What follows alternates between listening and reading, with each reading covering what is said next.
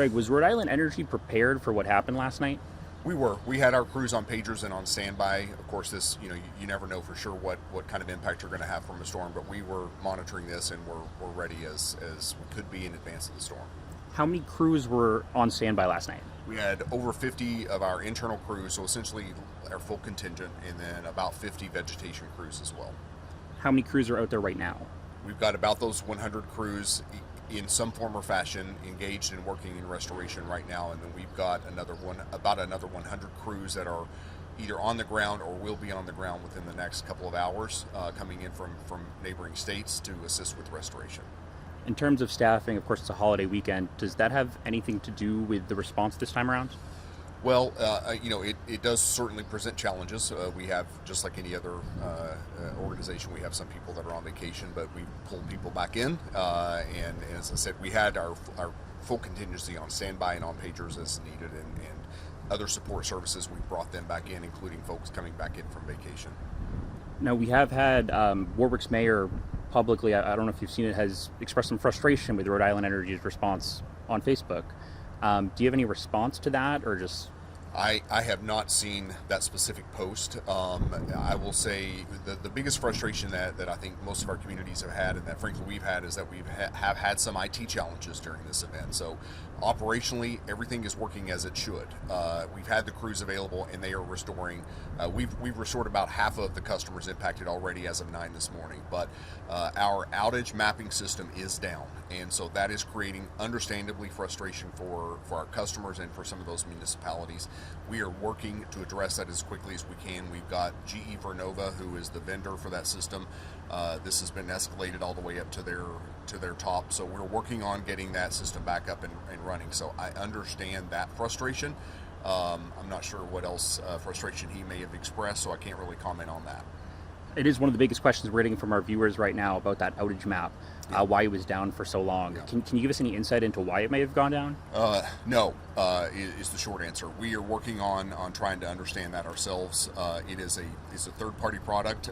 It has been working, and it went down during the storm or as part of the storm, and we're not quite sure what that issue is. As I said, we're addressing that with the vendor.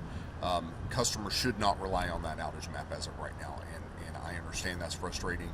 It's frustrating to me, and I apologize for that. But we were working to do it, or to get it back up as quickly as we can. What I want our customers to understand is we have a full contingent of our staff that is working this storm. We are working to get you back restored just as quickly as we can. I understand it's a holiday weekend. Nobody wants to be out of power at any point in time, especially not during a holiday. But we've got our crews working this as quickly as we can.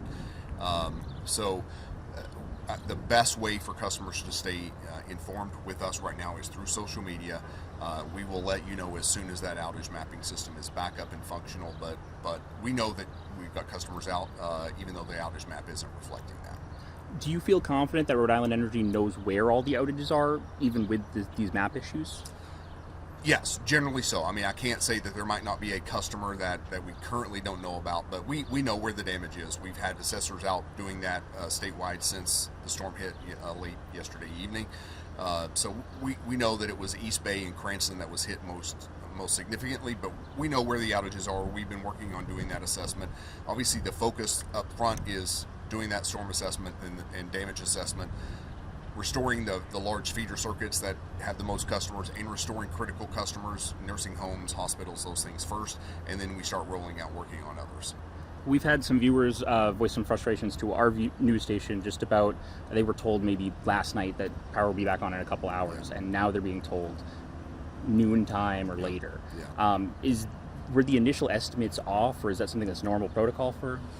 Those initial estimates were off again because of that outage mapping system being down. Again, that is unacceptable. I apologize for that to our customers. We are working through those issues. As of right now, we've restored about half of the customers that were out. We had about 60,000 customers out at some point during the height of the storm. We're now down to about 30,000 as of 9 this morning. We're continuing to work those through. Our goal is that we will have at least close to 100% of customers restored by Sunday evening. I know that's not something anyone wants to hear. I would rather under promise and over deliver, and be as transparent with our customers as we can be. So we're working through the day, we're working through the night, we're working through the day tomorrow. Holiday isn't stopping us. We've got as many crews as we can get our hands on. In terms of the outage map, just looking ahead to the future, is there any way that Rhode Island Energy can make sure that this doesn't happen again? I assure you that that will be a top priority for us. Right now we are working on getting customers restored as quickly as we can. That's our first and primary focus, to do that safely. But this is not a situation that's acceptable, and so we're going to work with GE and figure out what the issue is and make sure that we don't have the problem again. It's not acceptable that we and our customers can't understand in real time what the outages are and what the restoration times are. So we're going to be working to remedy that.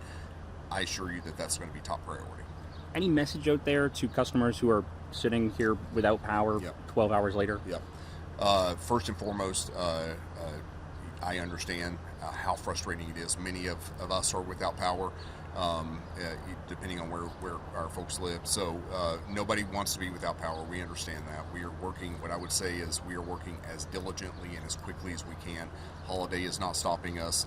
The weather is good today. We're able to get our full crews out there. I mean, we had over 70-mile-an-hour gusts, a lot of really significant storm damage. When you have the amount of rain that we had, full foliage on trees, you see a lot of that damage. So what I would want our customers to know is, please be patient with us.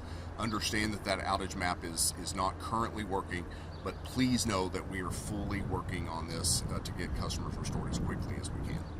Is it fair to say that Rhode Island Energy maybe didn't anticipate just how strong this storm was going to be? No, I don't think so. I mean, again, it's hard to know what kind of damage you're going to have from a storm, and certainly with these microbursts and quick hitting storm, it's hard to know. I mean, we were monitoring this, and we were fully staffed as much as we could be for this kind of event. So the restoration time itself is not being impacted by any of the technological issues that we're facing. I mean, we have the storm crews standing by and ready to work as soon as we could get back out there after the storm passed. So I'm not concerned about our staffing levels. Even with the holiday, we were prepared for that. The fact that our outage system went down is obviously unfortunate, unacceptable, and we will take care of that. Do you think there's anything that Rhode Island Energy can do different the next time around? Well, we're going to work to make sure that we don't have this outage mapping system going forward. We are, I understand that folks want to know, they deserve to know when their power is going to be restored and where their outages are. So that's unacceptable. We're going to get that fixed. Otherwise, we will continue to monitor and to track the outages manually, which is what we're doing. When we have a system in place that we just reverted back to our manual processes. I mean, we have dual redundancy on all of our systems to make sure that if something isn't working from a technological perspective, that we can do our manual processes, which is what our team is prepared for and has been doing during this storm. And will we get an update when we find out exactly what went wrong with the outage map, and how soon can we expect that? Sure, we will be happy to share that information with you. I don't have an ETA on when we'll know what went wrong with the outage map, because we are actively working that right now. We've got two paths going on. We've got our crews out working to repair the storm, and we've got the IT team working with our external vendor to figure out to get the system back up and running. That's the first priority, and then second is to figure out what caused it to go down. Anything else you have to say to people out there? Again, just bear with us. We are working as hard as we can. We're going to have in excess of 150 crews, plus another 50 vegetation crews out there at some point during the day today, and through the duration of this storm. Our primary and full focus is on getting restoration as quickly as we can. Perfect, Greg. Thank you. I appreciate it.